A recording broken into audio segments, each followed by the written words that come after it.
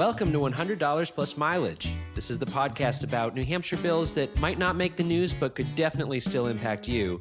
The legislative session may be coming to a close, but the action is far from over. We'll be watching to see what bills Governor Sununu signs and which ones he vetoes. And as always, we will be diving into these bills, unpacking the pros and cons, and telling you how to make your voice heard.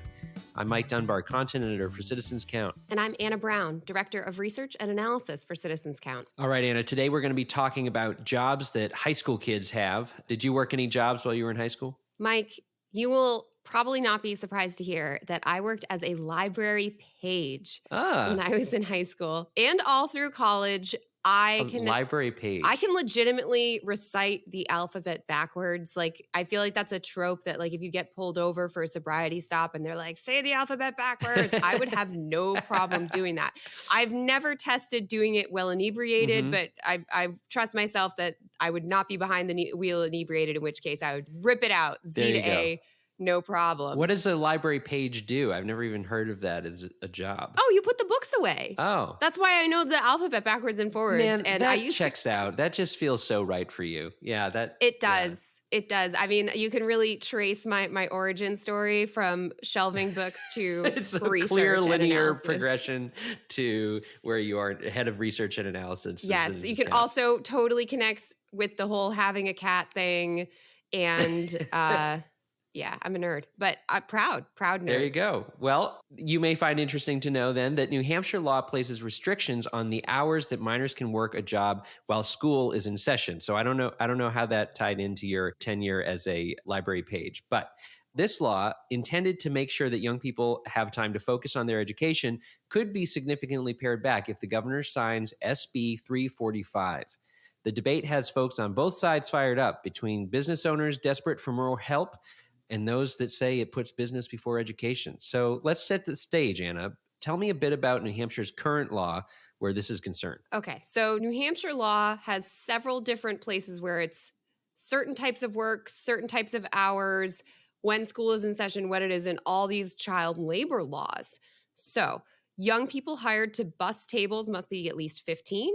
If they work in lounges, they need to be at least 16. And this relates to concerns about them clearing alcohol glasses off of tables. I guess concerned that, those teenagers are just going to take a swig of an unfinished martini. There are also limits on how many hours a minor can work if shift starts before 6 a.m. or go past 8 p.m. They get a little complicated, the rules about how many days you're working and how late it is, but let's just say that there's limits on how late you work and how many hours there is. If school is in full session, teens age 16 or 17 can't work more than 6 consecutive days per week or more than 30 total hours per week, according to state law. All right. My head is already spinning a little bit with all those different rules. And then they have a bunch of exceptions for school weeks that aren't 5 days long, right? Correct. There are allowances made for shorter school weeks, specifically, 4 days, 3 days, so on. Still, given the tight labor market, many New Hampshire employers wish they could have their young employees working more hours when school is in session. Okay, that makes sense. So let's dig into this bill then. So what would SB 345 change? The New Hampshire legislature has passed an amended version of SB 345. So that's what we're going to talk about here, as opposed to how it was introduced. The bill would make significant changes to all of those youth laws we talked about. First, it would lower the minimum age for busing tables to 14. As for the number of hours minor students could work, the restrictions would be pared back and simplified. There would no longer be a limit on the number of consecutive days they could work, and the 30-hour per week limit would rise to 35 hours per week. The bill would also strike any limit on hours for shorter school weeks and repeal the limit on early and late shifts that I talked about. All right. So it sounds like expanding, but also simplifying the current law. So if I had to guess where people fall on this issue, I'm betting New Hampshire business owners are for it, and a lot of educators and people in that side are against it. Am I right? Broadly speaking, pretty much. At the hearings for this bill, members of the New Hampshire business community spoke in favor of it. So restaurants in particular were interested in bringing in younger teens to bus tables, stock shelves. The owner of Aroma Joe's argued that the current limit on hours have been confusing to employers, parents, young workers, and school officials. He believes this bill would address the confusion and prevent situations where students who worked a couple of late evenings during the school week are then prevented from taking a longer weekend shift. He also made the point that this would allow young workers to stay at one employer instead of working two jobs to squeeze in more hours. Right. That's an interesting point. So it's not just that they want kids to be allowed to work longer. It's also just that they want to make it easier to understand the law and make sure that they're actually following it. What do detractors say about the bill? Others are definitely hesitant about changing the rules. Senator Rebecca Perkins-Coie from Portsmouth, for one, argued that a student's need for extra money needs to be balanced with the impact on their education. High school students need time to work on their homework and study for upcoming exams. And some worry these important priorities would take a back seat under the proposed legislation. To note here, an earlier version of the bill did still limit late night shifts for teens. So the whole idea was, part of the concern was, this is just a really confusing law when it comes to how late they can work, how many nights a week, and if they go over a certain limit, something else kicks in. So an earlier version of the bill said no work after 10 p.m. on school nights and no work after 12 a.m. on the weekend. But the House just got rid of that altogether, so there's just no more limits on late night work. Right. The amended version of SB 345, without the limit on late nights, passed the House and Senate, which means now it's up to Governor Sununu to decide whether to sign or veto it. So if you have an opinion about this proposal, you can call or email his office and let him know.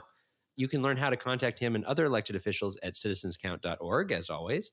And all right, Anna, that means it's time for Only in New Hampshire. What have you got for us?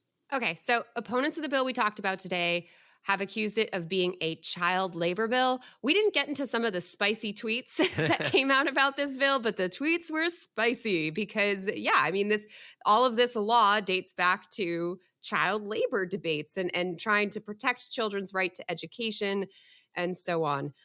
So it got me a little bit interested in the history of child labor in New Hampshire and the laws, and there's a lot to dig in there, a lot I could have chosen from. For example, at one point in the 1800s, I was laughing because it was something like kids were limited to 12-hour shifts or something. It was like 50 hours a week. And I was like, oh my goodness, that is so just like really upsetting.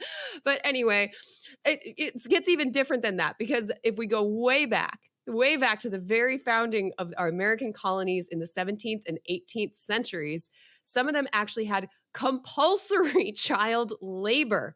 As early as 1547, laws were enacted providing for the compulsory apprenticing or binding out of children to 5 to 14 years old whose parents were paupers, on the ground that children brought up in idleness might be so rooted in that they may be brought about to good thrift and labor. I had trouble saying that. I'm not even really sure what it means. But basically, the government was like, yeah, if you start have them to young, I think is what it means. Start them young. There you go. Good summary, Mike Dunbar. Well, see, so I guess no matter what, we've made progress. I don't know. I mean, I suppose I could make a really controversial, spicy argument. I'm sure there's at least some people out there who would like to see some sort of a work. I feel like there's a lot of the hatred and angst towards Gen Z about, like, supposedly they don't want to work, That's another podcast topic. I feel like I can't say anything I think about that. But definitely I think children as young as 5. I feel like everyone can agree that children as young as 5 should not be forced to work. Like, I really hope that is something we can all agree on. I don't think they'd be very good employees. Have you ever talked to a child younger than 5? Like, okay, I don't but know did you see that Netflix get show about the toddlers in Japan sent out on their first errands on their own? Yes. Oh my God. I just found out about this and it changed my life. Did you see the one with the kid and the fish? He has to deliver like a fish to the fishmonger and he keeps dropping it. Didn't he have like this very intense face-off with a cat? Yes. Where it was like, oh man, yes. Now I also have to fight stray animals. I believe the show is called Old Enough, for those who are wondering what we're talking about at home. So that is also a good tidbit for all of our New Hampshire listeners out there. If you want to evaluate child labor, though, Japan probably not a good example. I feel Japan, yeah. there's a lot of strange things that happen in Japan that just do not apply to our culture. Fair enough. Much love to Japan, but I just feel like it's a really, really, really, really different place. I mean, their economy does really strange things too. Haven't they been in deflation? A deflationary economy for years now? We wouldn't even know what that's like at this point. That's why I brought it up. I'm like, I just feel like it's a very foreign land at this point.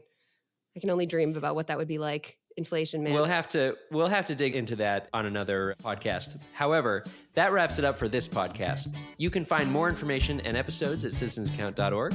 We'd like to thank Franklin Pierce University for producing and the Granite State News Collaborative for hosting. Our theme music is composed by me, Mike Dunbar.